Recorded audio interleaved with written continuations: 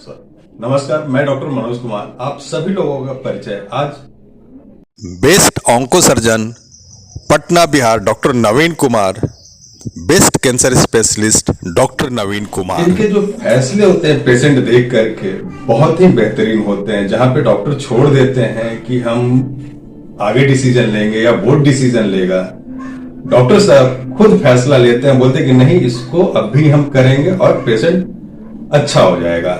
इस तरह के 2-3 पेशेंट मेरे पास थे जो कि मैंने देखा। पेशेंट है जिनकी कंडीशन बहुत ही खराब थी, डॉक्टर ने इनकार कर दिया था ऑपरेशन के लिए, बोला कि केमो दे, रेडिएशन देने के बाद हम आगे उनका ट्रीटमेंट करेंगे। मगर जब मैं सर से मुलाकात किया तो सर ने बतलाया कि नहीं, मैं इनका पहले ऑपरेशन करूंगा और बहुत ही बेहतरीन जिंदगी जिएंगे, और आज बहुत ही अच्छे तरह से अपनी वो जीवन यापन कर रहे हैं। आगे की वीडियो में आप सभी लोग देखेंगे कि किस तरह से कैंसर से आप बचाव कर सकते हैं, उसके क्या टेस्ट हैं, कैसे आप रहेंगे। नमस्कार, मैं डॉक्टर नवीन, सर्जिकल ऑन्कोलॉजिस्ट हूँ, कैंसर स्पेशलिस्ट। और आज आप लोगों के सामने एक बहुत ही इम्पोर्टेंट जानकारी के साथ आया हूँ। जो हम लोग जानते हैं कि कैंसर आज के डेट में बहुत कॉमन बीमारी के रूप में उभरता आ रहा है।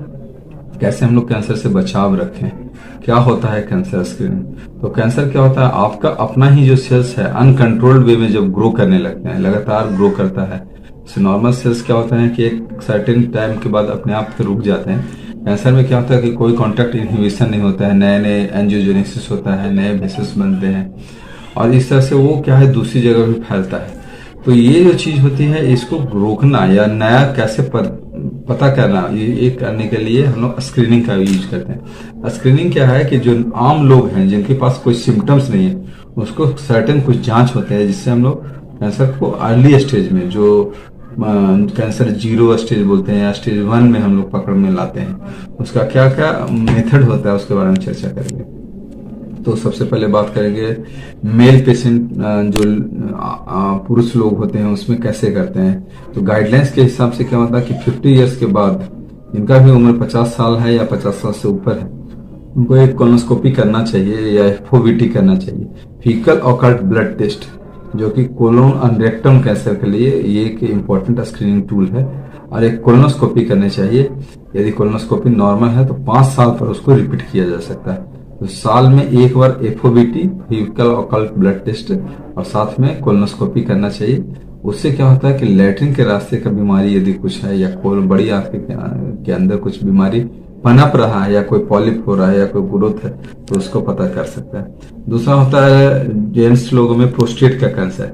उसके लिए भी गाइडलाइंस बोलता है कि 50 to 55 इयर्स के बाद एक सीरम पीएसए और एक ट्रांसरेक्टल अल्ट्रासाउंड करके देख लिया जाएगा कि पीआर के एग्जामिनेशन के बाद कि क्या प्रोस्टेट का साइज है और क्या उसमें क्या इको टेक्सचर में कुछ चेंज हुआ है, कोई नोड्यूल बन रहे हैं। तो उसके हिसाब से फिर हम लोग ट्रस्ट गाइडेड बायोप्सी करते हैं या फिर एमआरआई पेल्विस करके आगे बढ़ते हैं। तो ये 2 स्क्रीनिंग मेल पेशेंट के लिए। एक मुंह का कैंसर सबसे कॉमन है, उसके लिए कोई स्पेशल कोई जांच करने की जरूरत नहीं होती है। डॉक्टर सिर्फ ओरल एग्जामिनेशन करके, जो मुंह का कैंसर सबसे कॉमन कैंसर है, और उसका जानकारी हासिल कर सकते हैं। उसका कोई अलग कोई टेस्ट नहीं होता है, कोई ब्लड टेस्ट नहीं होता है। यदि मुंह के अंदर कोई छाले हो रहे हैं, कोई घाव हो रहा है, कोई ठीक नहीं होने वाला कोई छाला है, और उससे खून आ रहे हैं, गले में कोई गिल्टी हो रही है, तो इस तरह का चीजें जो होती हैं वो मुंह का कैंसर का लक्षण बन सकता है। फीमेल में जब बात आती है कि स्त्रियों में कैसे किया जाए, तो स्त्रियों में सबसे कॉमन कैंसर होता है स्तन का कैंसर, जिसको ब्रेस्ट कैंसर कहते हैं, जो इंडिया में भी सबसे कॉमन है और वर्ल्ड वाइड भी सबसे कॉमन नंबर 1 पर ब्रेस्ट कैंसर आता है। उसमें हम लोग क्या कहते हैं कि 40 साल के बाद, 40 और 45 इयर्स के बाद, जो सभी फीमेल जितने भी लेडीज हैं उनको साल में एक बार कम से कम बायलैटरल मैमोग्राफी करना है। मतलब दोनों स्तन का एक लो डोज एक्सरे होता है, मैमोग्राफी करके देखना चाहिए। उससे क्या होता है कि उनके अंदर कोई यदि गांठ बन रही है या नया कोई गांठ बनने वाली होगी, तो पहले ही पता चल जाता है कि हाँ, वहां पर उस तरह का चेंजेस आने लगते हैं। जैसे ब्रेस्ट पैरेन्काइमा के अंदर इको टेक्सचर चेंज हो जाता है, उसके अंदर पैरेन्काइमल स्पिकुलेशन आने लगते हैं, या एक्जिला में कोई लिम्फ नोड आ जाता है, तो उससे स्तन कैंसर हम लोग अर्ली स्टेज में पता करते हैं। और इससे देखा गया है, ये शोध में पता किया गया है कि इसमें जो है स्तन कैंसर के कारण मोर्टेलिटी जो है वो भी कम हुई है। तो ये बहुत ही जरूरी जानकारी है, जो आप लोगों को जानकारी होना चाहिए। हम लोग के घर में इतनी महिलाएं होती हैं, इतने बुजुर्ग लोग होते हैं, एटलीस्ट आप समझ लीजिए कि कितना ब्रेस्ट कैंसर कॉमन है कि लाइफ टाइम में बोला जाता है कि 12% रिस्क, एक नॉर्मल इंडिविजुअल को 12% रिस्क ब्रेस्ट कैंसर होने के चांस है। तो ब्रेस्ट कैंसर के लिए ये हुआ कि बायोलेटरल मैमोग्राफी करना है साल में एक बार। दूसरा नंबर पर है कि सर्वाइकल कैंसर, बच्चेदानी के मुंह का कैंसर, उसके लिए हम लोग पैप स्मीयर करते हैं। पैप स्मीयर एक जांच होती है जो कि रूटीन ओपीडी में होता है। एक सर्विक्स से बच्चेदानी के मुंह के पास से एक ब्लड साइटोलॉजी लेते हैं और उसको जांच में भेजते हैं। दूसरा उसके साथ HPV जांच होता है जो ह्यूमन पेप्लोमा वायरस DNA होता है, उसका सेंसिटिविटी बहुत अच्छा माना गया है। तो pap smear with HPV DNA यदि करते हैं तो उसका रिजल्ट से भी हम लोग पता कर सकते हैं कि हमारा जो पेशेंट है उसको सर्वाइकल कैंसर हो रहा है या हो गया है। इसके बारे में सर्वाइकल कैंसर स्क्रीनिंग के लिए ये दोनों टेस्ट जरूरी है और इसका भी गाइडलाइंस वही बोलता है कि 50 ईयर्स के बाद आपको ये चीज कर लेना चाहिए, साल में एक बार होनी चाहिए।